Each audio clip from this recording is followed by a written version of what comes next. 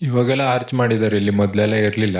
ಹಾಗೆ ಇಸ್ ನಮಸ್ಕಾರ. ಇವತ್ತು ನಾನು ಜೇನುಕಲ್ಲಮ್ಮ ಟೆಂಪಲಿಗೆ ಬಂದೀನಿ. ಬಂದಿದ್ಮೇಲೆ ಸ್ವಲ್ಪ ಮಾಹಿತಿ ತಿಳ್ಕೊಂಡ್ಲೇಬೇಕಲ್ಲ. ಕಾಲು ತೊಳ್ಕೊಂಡು ಹೋಗೋಣ ಬನ್ನಿ. ಹಾಗೆ ಅಮ್ಮನ ದೇವಸ್ಥಾನ ಇರೋದು ಹೊಸನಗರ ತಾಲೂಕಿನ ಕೋಡೂರು ಗ್ರಾಮದಲ್ಲಿ. ಇದಕ್ಕೆ ಅಮ್ಮನಘಟ್ಟ ಅಂತಲೂ ಕರೀತಾರೆ. ಏನಕ್ಕೆ ಕರೀತಾರೆ ಅಂದರೆ, ಸುತ್ತ ಗುಡ್ಡಗಾಡಿನ ಮಧ್ಯ ಬೆಟ್ಟಗಳೆಲ್ಲ ಮಧ್ಯೆ ಅಮ್ಮ ನೆಲೆಸಿರೋದ್ರಿಂದ ಇದಕ್ಕೆ ಅಮ್ಮನಘಟ್ಟ ಅಂತಲೂ ಕರೀತಾರೆ. ಹಾಗೆ ಇಲ್ಲಿ ಪ್ರತಿ ವರ್ಷ ಮಾಲೆ ಅಮಾವಾಸ್ಯೆ ಟೈಮಲ್ಲಿ ಜಾತ್ರೆನೂ ಆಗುತ್ತೆ. ಹಂಗೆ ವಿಶೇಷವಾದ ಪೂಜೆ ಮಂಗಳವಾರ ದಿನ ಇರುತ್ತೆ. ಹಾಗೆ ಕಲ್ಲಿನ ಮಧ್ಯ ಜೇನುತುಪ್ಪ ತೊಟ್ಟಿಕೋದ್ರಿಂದ ಮತ್ತು ಅಮ್ಮ ಕಲ್ಲುಗಳ ಮಧ್ಯ ನೆಲೆಸಿರೋದ್ರಿಂದ ಇದಕ್ಕೆ ಜೇನುಕಲ್ಲಮ್ಮ ಅಂತಲೂ ಕರೀತಾರೆ. ಹಾಗೆ ಈ ಬಾವಿ ನೋಡಿ ಎಷ್ಟು ಸುಂದರವಾಗಿದೆಯೋ ಅಷ್ಟೇ ಪವಿತ್ರವಾಗಿದೆ ಈ ಬಾವಿ.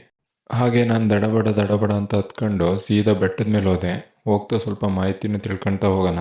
ಮತ್ತೊಂದೇನೆಂದರೆ, ಈ ಜಾಗ ಪುರಾಣ ಪ್ರಸಿದ್ಧಿ ಕೂಡ ಆಗಿದೆ. ಏನಕ್ಕೆಂದರೆ ಇಲ್ಲಿ ಜಮದಗ್ನಿ ಮುನಿಗಳು ವಾಸ ಮಾಡಿದ್ದಾರೆ ಅಂತ ಇತಿಹಾಸದಲ್ಲಿದೆ. ಆದರೆ ನಿರ್ದಿಷ್ಟ ಜಾಗ ಏನಿಲ್ಲ. ನಾನು ಅಲ್ಲಿಂದ ಬಂದಿದ್ದು ಈ ವ್ಯೂ ನೋಡೋಕ್ಕೆ. ಈ ವ್ಯೂ ನೋಡ್ಕೊಂಡು ಸೀದಾ ಕೆಳಗೆ